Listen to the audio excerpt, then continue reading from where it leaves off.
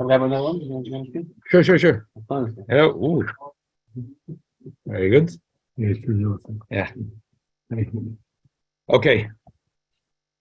Let's read. Let me read this.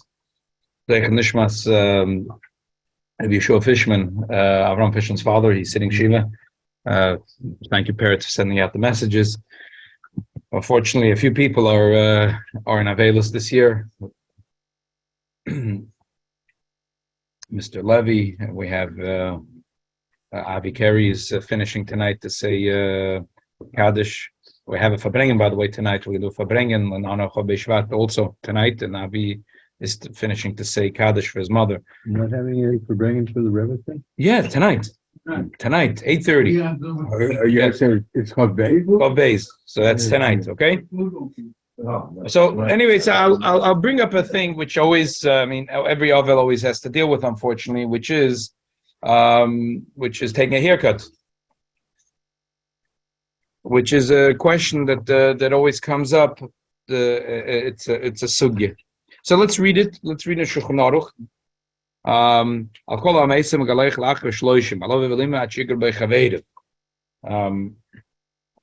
So Ovavidu is a little more strict. That's what the Gemara says. Until this friend scream at him, it's, what are you crazy? What are you, a hippie? You think we're living in the 60s now? They says, take a haircut. Okay. Hagoah sagt der Rama, vein regel mahani in poga koidem shigur b'chaveda. That the regel that doesn't help. Even if a Yom Tov comes, it has to be yigur b'chaveda. V'ayin b'rechem simatok mem chetz v'shir gar yesh b'plukta v'negim gimel chadashim. What's the shir gara? What's the shir of screaming? So there's a machlokes, and the minig is 3 chadashim. If the Ramah just did us a favor and added another 2-3 words, we wouldn't be so complicated, as we'll talk soon. This is the whole question, what he really meant over here. The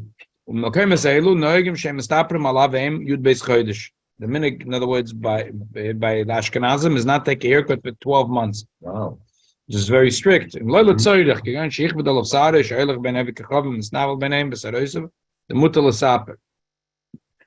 Isha, then he says, Isha muteres min tilasar achazayin. That the woman is allowed to cut her hair. That's the Marano Machabe says that. Mashenken the Ramah, which is for the Ashkenazim, is yesh oisim afl isha v'cheinike.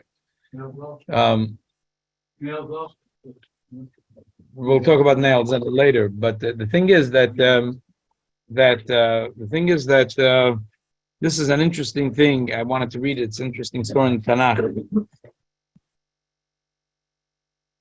It's an interesting story in Tanakh.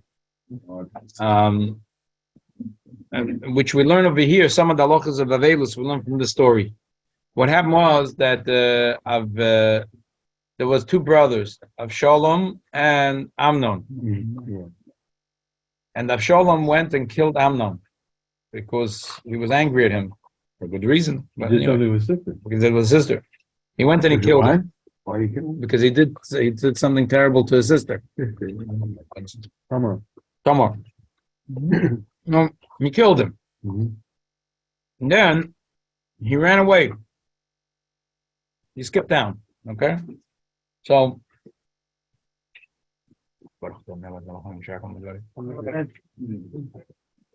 Yoav wanted to make between father and son. He was scared to bring up the issue. He was very scared to bring up the issue because it was a very sensitive issue. Now, the truth is, had he never brought up the issue, we would have avoided a lot of pain and suffering for David HaMelech, because once he brought back Avshalom, Avshalom was eternal trouble for David HaMelech. Avshalom made a rebellion. Well, listen, Yoav is not a Navi. He just tried to do the right thing. He wanted to do what's good for David HaMelech. And he tried to figure out a way to get David HaMelech to make amends with his son. So he did a trick. Got a woman. Oh, he got the woman, the Isha Chachama. He got a smart woman involved here. He had a good trick. Who's this? Yoav ben Tzruya? Yoav, yeah, Yoav ben Tzruya had a good trick. Vayeda Yoav ben Tzruya kilev hamelech alav shalom. He knew that his heart is softening up, and he'd like to see his son again. So he had a trick. Vayishlach Yoav Tekoa. He sent to the Kollel in the place of Osher to the city of Tekoa. What do we know about Tekoa? We know Teufel Bashem and Agloi, that this was a place that was a lot of good oil. This was the capital, the world's capital for olive oil. And what do we know about olive oil? Makes you smart, right?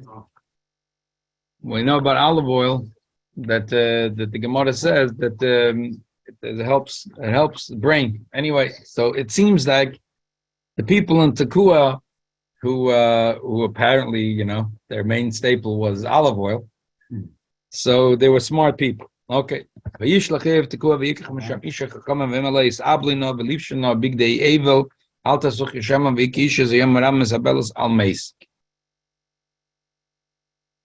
should act like an avela. She should wear bigdei evel, and she should act like an avela. She should come to the king. And Yoav put the words in her mouth. She came to the king. She fell on her on her face. She started screaming that the melech should save her. She wanted to get his attention. Could be the way it worked was that Yoav and told her, you're going to come, there'll be a room, David the Melech sitting on this throne. Apparently people were allowed to come in at some point, but maybe there were tens of people, maybe 20, 30, 50, maybe 100 people in the room. How is she going to stand out? So she'll throw herself to the ground and start screaming, Hishia HaMelech, V'yemel HaMelech Maloch, V'tomer Aval Isha Almona Oni V'yamas Ishi.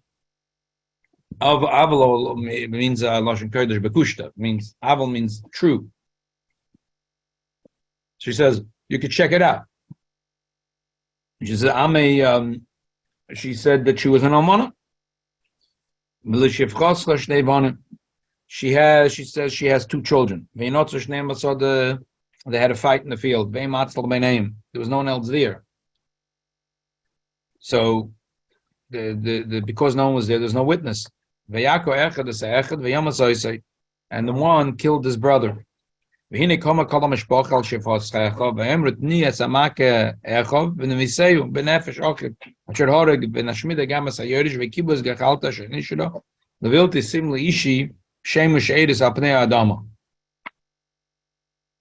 she said that the Goyle Adam want to kill the brother to avenge the blood. So Mepharshim explained that what happened was, as she said, there was no one there was no witness, so Bezin can't kill him. But the pasuk says that even if it was bishgoga, then a person has to go to Ari Miklat, otherwise he can get killed. But the pasuk says that the person could kill ki yechem levove, if his heart becomes hot. As she said, the Mepharshim explained that these people that are trying to kill her other son, it's not because yechem levove that their heart is, they want to avenge the blood. She said, no. My husband was a rich man, and he had 3 farms and 3 vineyards. And if they know, I'm an old lady, she says, if they kill the other kid's son, 2-3 years, and they get the whole Yerusha. So it's not that kiyechem levove, that their heart is to do the nekama for the Goyal Adam. Business, it's all business. It's business. You have an ulterior motive. Yeah, business. Strictly business. So then, as she said, it can't be that if they were out because the Goyal Adam, okay, that's what the Torah is. But they're not out for the Goyal Adam; they are for the money. And what do they want? She want that this family should be wiped out. Get the Yerusha. You know what? You're right. Go back home, and I'll say that your son shouldn't be killed. Oh, she wasn't going to leave so easy.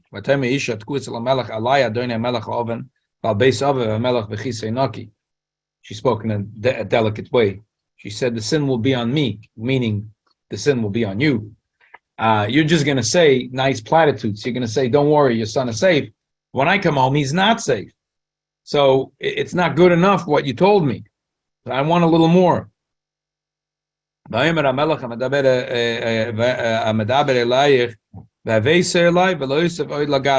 said, bring to me the person that wants to kill your son, and I'll make sure he doesn't touch him. She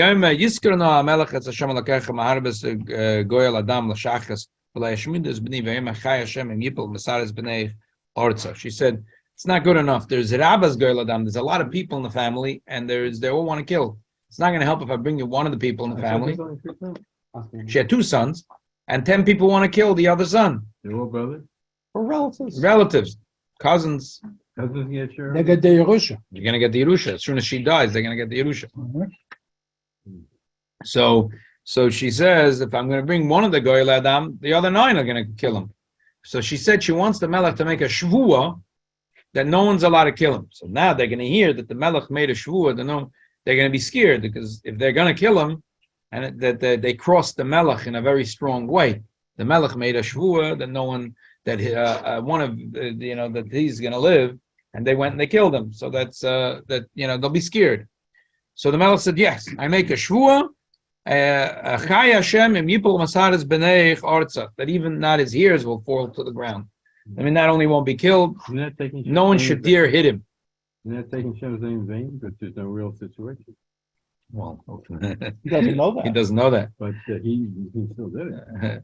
So Vayemer HaMelech Vayotem Isha Tedaber no Shifchotzcha El Adoni HaMelech Dover Vayemer Dabedi. She said, I want to speak one more thing. So he said, you could speak. Vayotem Isha V'loma Chashavte Kazoy Salam Elokim Umedaber HaMelech Adover Hazeh Kasher Ka'oshem Lebilti Hoshev HaMelech Es Nitchoy.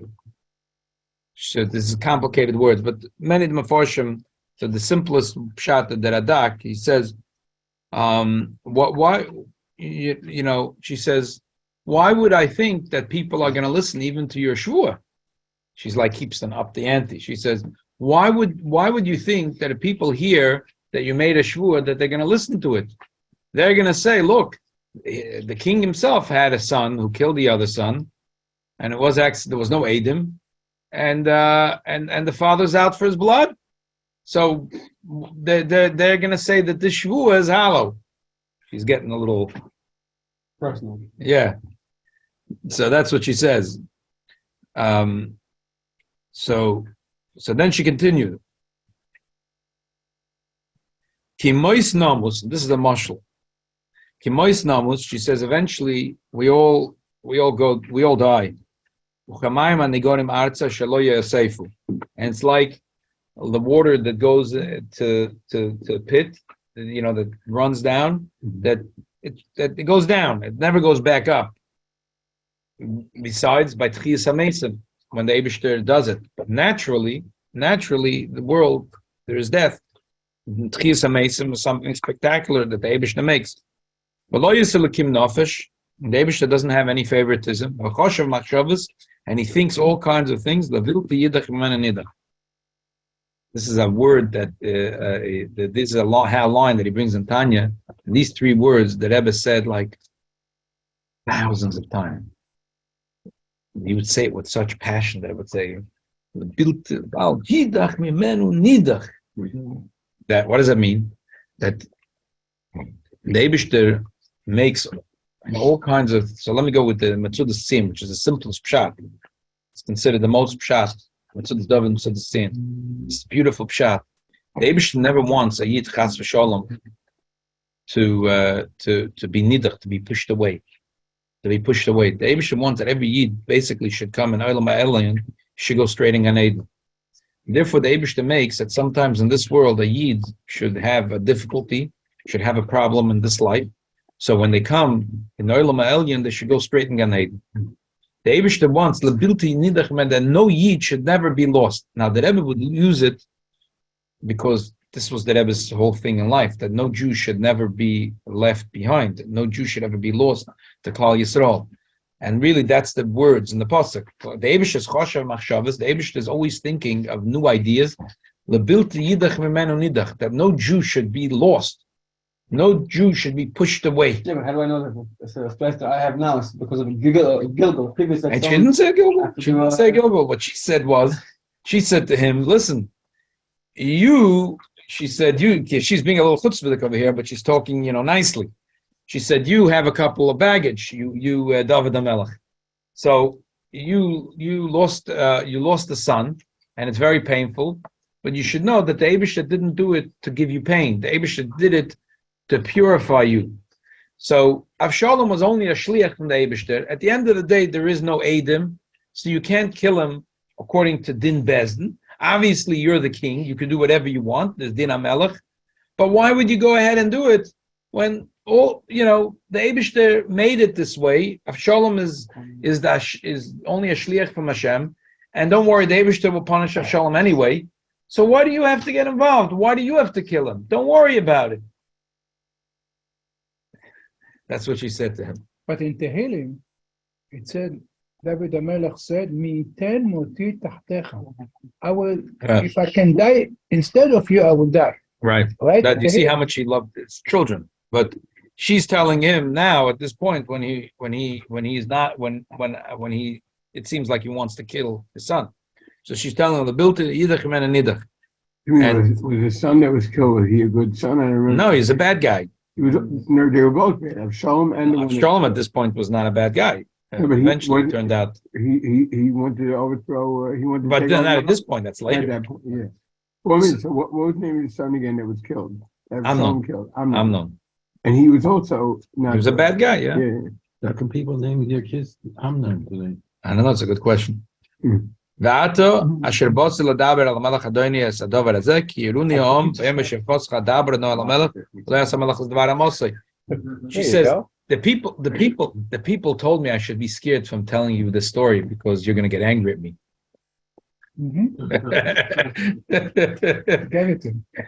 The people told me I should really be scared from talking chutzpahdik to you because if I will, I'm going to get punished. So, ki yishma hamelech lahatzelas hamosa mekaf ish lahashmedei says min yachad menachlas l'kim atem shevchotzcha yeh no dvar hamelech l'menucha kimalach l'kim ken adoni hamelech l'shmoya atoy v'arav Hashem alakecha yeh ima. She says, I told the people that were telling me that if I talk chutzpahdik to the melech, I'll be punished. I told them it's not true. The melech is like an angel in heaven. He's never going to do anything bad to me.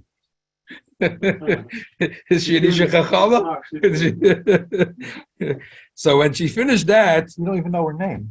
right? She says, okay, be honest with me. Tell me who's behind this whole story. So right away she says, Yoav is behind the story. He says, okay, you know what? You go home. You did your job nicely. He calls Yoav. He says, bring me my son back. But the Gemara learns from here that there's big day avelus. Maybe we'll talk about it next week or another week about doing laundry. But there's some Rishonim, there's the Rif and the Rambam that say that there is leniency by a woman. That by a woman, the idea of that she's allowed to take a haircut after the Shiva, and she's allowed to do laundry after the Shiva. So that Ramban says, how could you say such a thing? The story and the whole thing that the Gemara learns in the Tanakh is from a story about the Isha. So we see that the Isha does have to keep avelus, and there's no difference. And the Bemis, it says in Eva Rabossi that there's no difference between a man and a woman. He says that there's the Braisa that says that a woman is allowed to cut her hair is talking about something else. It's talking about unwanted hair that the woman might have in her body in certain places if she wants to wax. That's the machloikis lapoil, because the Beis Yosef had a rule that there's two Rishonim, that he had a bezin of three Rishonim. The Rambam, the Rif, and the Rosh. If two went one way, he paskened that way. So right, but in this case, all the other Rishonim besides these two are in the other, and even it's interesting because even though halacha kediver hamekel be'evel, but sometimes we don't say every time halacha kediver hamekel be'evel. If the scale is very heavy, if it's like 95% of all the poskim that Rishonim are one way, even though you have one or two on the other side of the scale, we don't say halacha kediver hamekel be'evel. It's interesting. It's not like every time halachic divrei mekel be'eva. Here, the Rama says it's very nice that Rambam and the Rif are very important poskim, but all the other poskim, starting from Rashi and the Ramban and Svardi, Ashkenazi, all of them all hold l'chumra, and therefore the Rama holds l'chumra. And he says that a woman and a man is equal when it comes. Okay, let's go quickly to the question at hand. Look at next paragraph. Rei divrei Nehemiah. Hashgacha protest. This week is the yahrzeit of the divrei Nehemiah. Nehemiah of Dubrovna was a very dear student to the Alter Rebbe. He was one of the students of the Alter Rebbe. He had a big factory in the city of Dubrovna. They say that he wrote it. Is that Poland? Where Dubrovna is today, I don't know. Belarus, I don't know. Probably in White Russia. My capital is Dubrovna. No, not Dombarov, not Dombarov. Dubrovna. Dubrovna is not a different place. Yeah. So it's like New York and New Orleans. It's an andere Sache. He was a Rav in Dubrovna. And in Dubrovna, he had a big factory. He was a very rich man. He was a goin otzum. And the Tzemach Tzedek told him that he must write his truvas when people ask him shilas. He once wrote a truva about a famous issue, something about a fish or something about a certain. And Shari Ephraim, Rabbi Ephraim Zalman Margolis of Brod read his tshuva, and at the end he used to sign Nehemiah Fabrikant. Fabrikant. What does fabrikant mean? Manufacturer. Yeah, a manufacturer. Nehemiah the manufacturer. So and it was such an unbelievable tshuva. So Rabbi Ephraim Zalman said, "In Rusland, in Fabrikanten, is there another few producers like this?" He couldn't believe such a tshuva. He only lived 64 years. Unbelievable what he did in 64 years. He passed away. This week is the time. He passed away the same day he was born. He needed to finish a tshuva. There's Beis Rebbe says there was a Maisa Noida about his passing. So this is the story that they say. So he all night he was writing fast. He wanted to finish his tshuva. As soon as it was morning, he said they should hurry up. They should bring him a minion. He asked they should bring, and he finished. And then they said the minion is here, but he finished writing his tshuva. And he said, "Okay, quick! They should start davening." As soon as they finished davening, he closed his eyes, and the Shema went up to heaven. He knew he's going, but he wanted to finish writing a tshuva. He wanted to chaper to daven shachris with a minion, and then he passed away. So his son writes that it's an interesting thing that his son writes a tshuva from the Tzemach Tzedek. He says like this. He says that the Tzemach Tzedek said like this, that when Nehemiah writes a tshuva, Heid al Adoni Ovi Moiri Verebi Shekol Psak Alocha Sheyotze Mimeno Achre Yuna Pilpula Amuke Mine Yam Lo Yimtza Mishi Yekoyach Umisra Listeres Dvorav. If he writes a tshuva, no one can be soiser. That's what someone says. He's B'tshuva Acheres Kosav Alocha Kemoise B'chol Makom. Okay, so I want to quickly go through a tshuva that he writes about this, because there are many that are makel about this, and they're a little more makel than okay. He writes in the words of the Ramah, it's not clear. It's four perushim. One is that when he says 90 days, could be 90 days. It's that after 90 days for Avivim, we could take a haircut, or no, the chavedim have to scream at him. 90 days if there is no chavedim. Third pshat, he says that he has to grow here 30 days for sure, because that's pera. Less than 30 days is not called pera. After that, he has to wait. There's three opinions: 30 days, 60 days, or 90 days. And after that, after the 90 days, if the friends scream at him, he could take a haircut. But it can't be a joke. It has to be that they're really screaming at him, not because he says them, look, it's a dinner Shulchan Aruch, and he says, could you please scream at me? There is talk a very long year that would be roy that the friends would scream at him. And maybe if they didn't scream at him, he could say, look, do me a favor. Okay. And the fourth pshat is that after 30 days till say 90 days, if they scream at him, he can take a haircut. After 9 days, even if they don't scream at him, they can take a haircut. Now, most poskim today go with the fourth shot, and they say that that's the way it's mashma from the Baki ve'eger. It's a little bit mashma that way. Say 3 months. That's what the Vel today does. They do 3 months, but the emes is they wait and but the emes is that Ibn Nechemia Dubrovna has this big issue. He says from the Gemara it sounds like that you really have to have a friend that screams. It's not enough to wait 90 days. Let me read inside. That's next paragraph. Heavy shakla in whom is ban another issue he brings. When do we start the 90 days? From the last haircut, or do we start 90 days from when his father or mother passed away? When does the clock start to tick? He says really it's totally. If you would read like the first 2 ways in the Shulchan Aruch, so that say 90 days is a set thing. Why? Because that's already ugly to have hair more than 90 days. So then you'd think it goes from the last haircut. But if you say like the third or fourth shot, which is that the friends have to, that there's the friends have to scream at him, and also there's a shidun's man. It sounds like it's a din in the avelis, and the clock starts ticking from when his father or mother passed away. Then he brings a very interesting lumdus. Hevi beis girsod b'Yerushalmi. Yerushalmi says that he has to grow his hair yishlach pera, until he has bushy hair, pera, which is obviously a minimum of 30 days, maybe 60 or 90. Or his friends start screaming at him. And that's the girsa that Rambam and Perek Vav Halacha Gimel. But there is another girsa in the Yerushalmi. And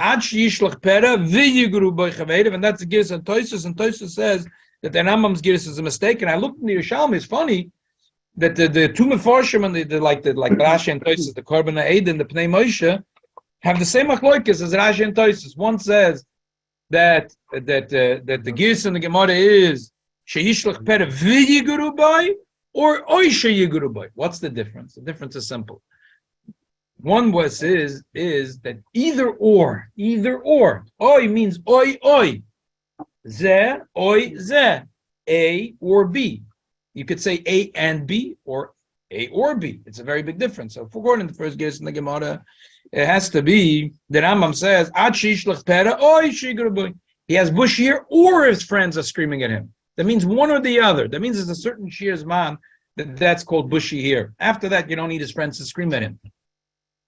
But before that, even if it's not that's at the time, the pera, if the friends would scream at him, then he's allowed to take a haircut. But according to Tosfos Girsa and the Rambam's the Girsa that we have in front of us, and most of the Shonim, not the Rambam's Girsa, it says v'yiguru. That means that more chumra de kashita. So, and he's more noita to the chumra de kashita. That and then he reads it also in the Ramah that it has to be 90 days minimum, and after that, if his friends will scream at him, that's when. But he says he was makel to a person that asked him a shayla, that it was already 60 days since his father passed away, and or more than 90 days since he took a haircut, and his friends are telling him it's time to take a haircut. So he said, okay, it could be makel. But he says this thing of not, he says he thinks that the main thing in the Gemara, because in the Bavli, the Gemara just says one thing, Yiguru by Chaverim. So it's very hard to say that Yiguru by Chaverim doesn't mean that they should scream. Because that's what the Gemara says, Yiguru by Chaverim, his friends should scream. You're going to tell me that it means a certain shir and zman, but that's not what the Gemara says. The Gemara says his friends have to scream at him. And he says if there's one of the Rishonim that says it's a shir and zman, he says that didn't mean, he meant to say that you can't take it as a joke. Rabbi Yishaya Mitrani, who's brought in the Birkei Yosef, says that it's a shir of 90 days. He says if less than this time, if someone screams at you, it's a joke, because you're not really having bushy hair.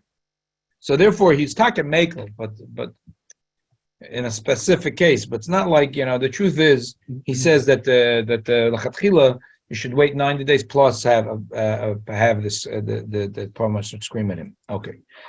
Last week, someone asked the Shaila, you go into shuls, a lot of shuls, and, or mikvahs, and they have a sign, if you come into this building, you're masking, that you're maskim that if you leave anything here more than 30 days, the thing is hefker. Okay. Yeah. So I just want to recap what we spoke last week. We spoke about this, that there's a machlokas Rishonim, and after the shir, I realized that it's not only but there's a Rambam and a Ravid, there's a Sos and a Sivit. All the Mefarshim are arguing about this. It's a really split in half. If once everyone agrees, once I pick up an Aveda before Yush, I have a mitzvah of Shabbos Aveda. Now my hand is like the hand of the owner. Now the person is going to be miyayish, I can't be coin it. It's like in the owner's hand. If you have something in your house and you forgot you have it, you're saying, "Oh, I'm looking for my where's my plug?" And then I see it. That you're miyayish. What do you mean miyayish? It's in my house. So if a person picks something up, so the question is, if you went into someone's rishus, my house could be kind for me. So some of the Rishonim, like the Rambam and others, say, so now my rishus is like my shliach or like my hand. It picked up this Aveda, and I have now mitzvah Shabbos Aveda. Later that the person is going to be miyayish, I can't be koined. No way, I can't be koined. Others said, no, this just goes sitting in my rishus. It doesn't. It's not like I picked up the Aveda. That's the machloikis. That okay. So one thing is very simple in my mind. A person definitely could say verbally. A person could say, and this is what I found in an article about in a sefer actually from it's from Rav Bloy. He's like 7 svarim on the Choshe Mishpat. It's a terrific, really set of svarim on the Choshe Mishpat. So he says, a person could always. This is what he writes in Pischei Choshen. He says a person could say, "Look, I want to make an announcement. My house is not going to anything that falls in there for the din of a Shabbos Aveda. I don't want to be kind." Okay, you can do that. Or a shul could make such a sign saying, a shul is easier. You don't have to put up a sign. Who should be kind? What do you mean? The shul is kind the chayfetz Shabbos Aveda. Who's the shul? Who's the shul? So okay, now let's say the shul is a shtibel that let's talk about if the shul is owned by a person. Yes, if the shul is owned by a person. So, okay. So again, a person, if the shul is owned by a person, then he could say, the person that owns the shul, that just in case something falls in here, this shul is not koina for me. Okay, but the problem is, what's if a person leaves something with a simon? He leaves a siddur, he has his name on it. He leaves a gemara, has a name on it. He leaves an umbrella, he leaves a coat, he leaves a hat. Maybe there's a simon, maybe there's not a simon. What do you do then? So a lot of shuls like to put up a sign to say that if you leave it here more than 30 days, it's hefker. So I'll tell you what. If there's two conditions, the person that puts up the sign has to own the property. If it's a property that belongs to the community, then I'm not sure that you can put up such a sign. Well, the guy by the shliach. I'm not sure. I'm not sure if the guy have a sign. No, 7 does not have. And that's sign. Beshita. I don't know. Now I want to tell you like this: the way I view such a sign. I want to tell you the way I view the sign. When I see the sign and I go into mikveh, I read it like this. If you walk into this mikveh, I have the right to pull down your pants and take the money out your wallet. And I say, no, I'm not masking. I'm not masking. Now, first of all, you have to realize. He's trying to go somewhere else. He's still. No, I say, I'm not masking. Who? You own the mikveh. This mikveh was built with community money, community funds. You owned it. You could put up such a sign. And if it came into your house and you put up such a sign, I would say it's a joke. And say I didn't read the sign. By the way, this sign only helps if you know with full certainty that everyone that walked through the door read the sign. And what's if not everyone reads the sign? That's not chal. How should you say a person's mechuyev to read every sign that sits on a bulletin board? Does it read? Where does it say in Chumash Shmois or Vayikra that when you walk into a building, you're mechuyev to read every sign that's on the bulletin board? And I never saw it. If you find me that pasuk, maybe it's in Tanakh. You're a baki in Tanakh. Where does it say that you have to read every sign on the bulletin board? So how do you know? Even if you put up such a sign, how do you know that the people read it? Yeah, Maybe but Meroiva the people didn't even read it. yeah, but every good knows that the big the law is not a defense. No, it's a from a year. This clap is Shmai, for the Eibishter. Maybe there's Rabbi, it's there to read it. Somebody doesn't read it. Rabbi, There's a disclosure. I want to ask you a question. This is the way I read the sign. Yeah. If you come into my house, I can pull your pants down. I think it's ridiculous, but okay. But say I came into your house, you start pulling down my pants. So I would say, "Hey, what are you doing?" You say, I don't see that normal. So Somebody no. does it, then So I'll no. say, so you'd say, go but you into read the street. sign. So I'm going to say, no, I didn't see the sign. What's the sign say in the house? The sign says, if you walk into my house, you're masking that whenever I want, I pull down your pants. No, but it's So- the 30 days. That's- going back It's to the 30 days. In the, It's the same thing. It's, what's the difference? It's saying, Rabbi, only if you're in the house. then I would Only say, if you're there for 30 days in the house. but going back to Hilchos Aveda, Hilchos Yeah. Metzia, it sounds like from what you're saying, there's no chazaka of a time period by Yerush that you can't say arbitrarily that after 30 days the owner has Yerush. Is that what we're saying? no, there are things that have huge. For You sure. can't make up a time period of 30 days. I'm not talking about that. Now I'm talking about the sign. I'm making my observation about the sign. I'm explaining that Lanius Daiti, this sign only works if you own the property and you could say with full certainty that everyone read the sign. Because if there is a lot of people that are not reading the sign, then it doesn't help. It has to be, it's a Tanai Shebemomim. Kol Tanai Shebemomim Kaim. If I make us walk in, if you walk into my house and I say that you only could walk into my house with condition that I could put my hand in your pocket and pull out your wallet and take all the money I want. And you say yes, and you walk in, I can do that because you are maskim. Even though it sounds crazy, but it has to be that you said yes. And if you're going to say later that you said no, and Bezdin's going to say you're right, I'm going to have to bring two Eidim. I'm going to have to produce two Eidim that at the door I said, Mr. Shechatovitz, if you come into my house, I'm going to pull your pants down, I'm going to take your wallet out, and I'm going to take out all the cash, and then I'm going to give it back to you an empty wallet. And you said yes, and here are my two Eidim. After I do all this, So Mr. the guest Shechatovitz, has you to said be yes. maskim to it. I mean, For we know sure. by parking tickets as a different Indian. If a person gets the ticket and says, "I didn't see the sign, I just drive." Because the government has a right to make rules, but you don't have the right to make rules against the Torah. You could make a condition with your friend called Naisha B'Mom and Kaim, but he has to agree. So and he has to be agree. to If he aid doesn't him, that's agree, it. then And then the Torah, what the Torah says. Balabas, it doesn't. Woman balabas. The Eibishter says, Hoshev Teshivim La'achicha. There's Aveda, you have to give it back. So you have to give it back. Now you're going to make a sign to say, we're going to do not what the Torah You says. can't carve out an exception to. No, you can't make an Hashem. exception. No, Chas v'Shalom. You can't go against the Torah. But Kol Tanai Shebemam and Kain, you can make it tonight. Like I said, I could have two Eidim standing at the door of my house, and when anyone walks in and make all kinds of ridiculous conditions, I'm going to take the money out of your pocket if you come in. And the guy says yes, the two Eidim are there, we go to Bezdin, I'm going to win the din Torah. But it has to be that I say it clearly, you have to say yes, and the Eidim have to testify. And with everything you're saying now, when the average person, they come in a show, they come in a mikvah, and there's a sign, 30 days, and if you don't claim it, it's ours. It goes against the mitzvah of Shabbos Aveda. It doesn't work. Yeah, I don't think it works. Rabbi, in the army, Yeah. they have signs, Israeli army.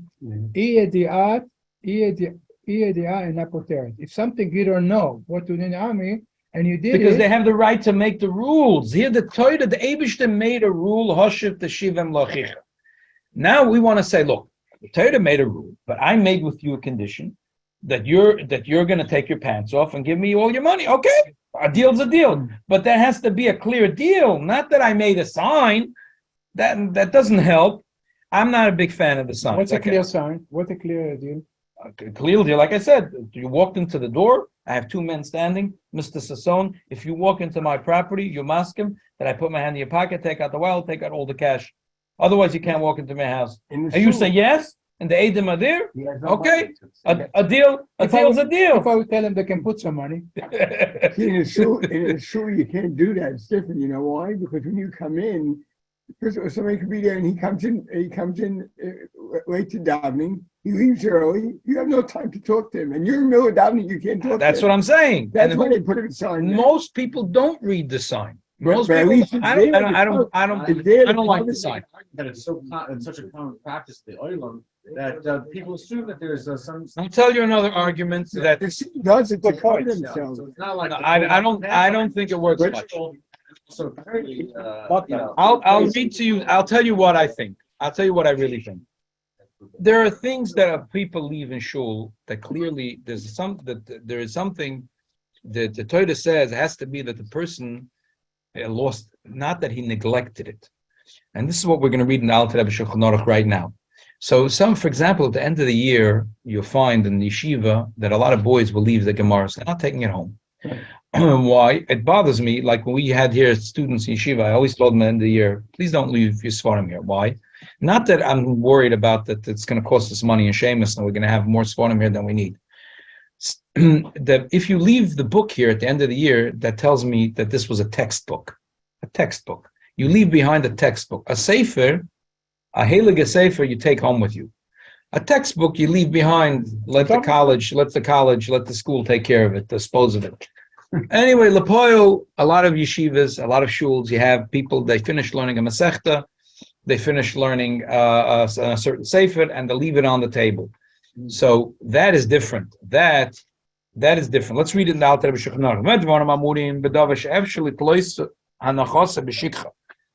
Something that you could assume the person forgot it there. He forgot. If there's no way he forgot it there. He put it here, midas. He had the das to put it here. And he walked away. Even though he had in mind to come back to get it, but he left it in an unprotected place. Even there is a simon in it.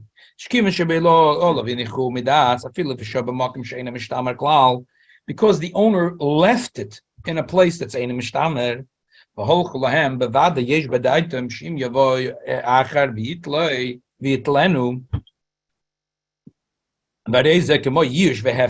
is like Yush and Hefker. This is Yush and Hefker. And this is not the mitzvah of a Shavas Aveda. You have to return it if your friend lost it. Not a person that left it there.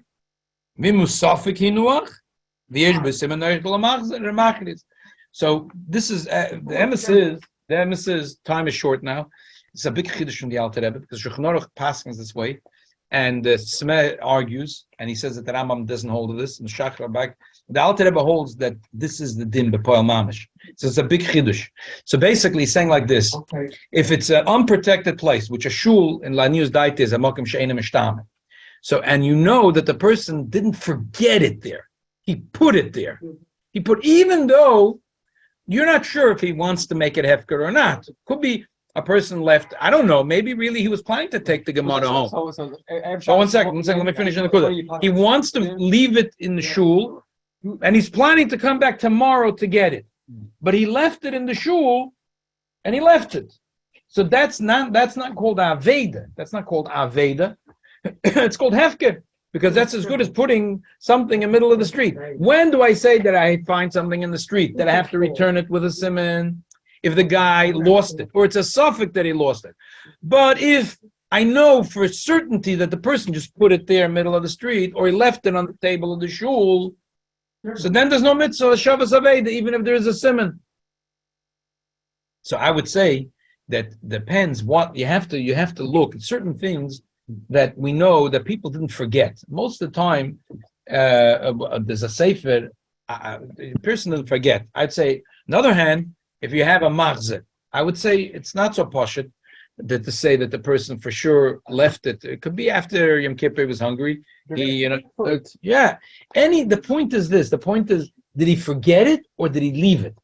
Even if he left it, al das that he'll come tomorrow and get it, but because he left it, b'makom she'eina mishtamer, that's not called an aved, that's called hefker.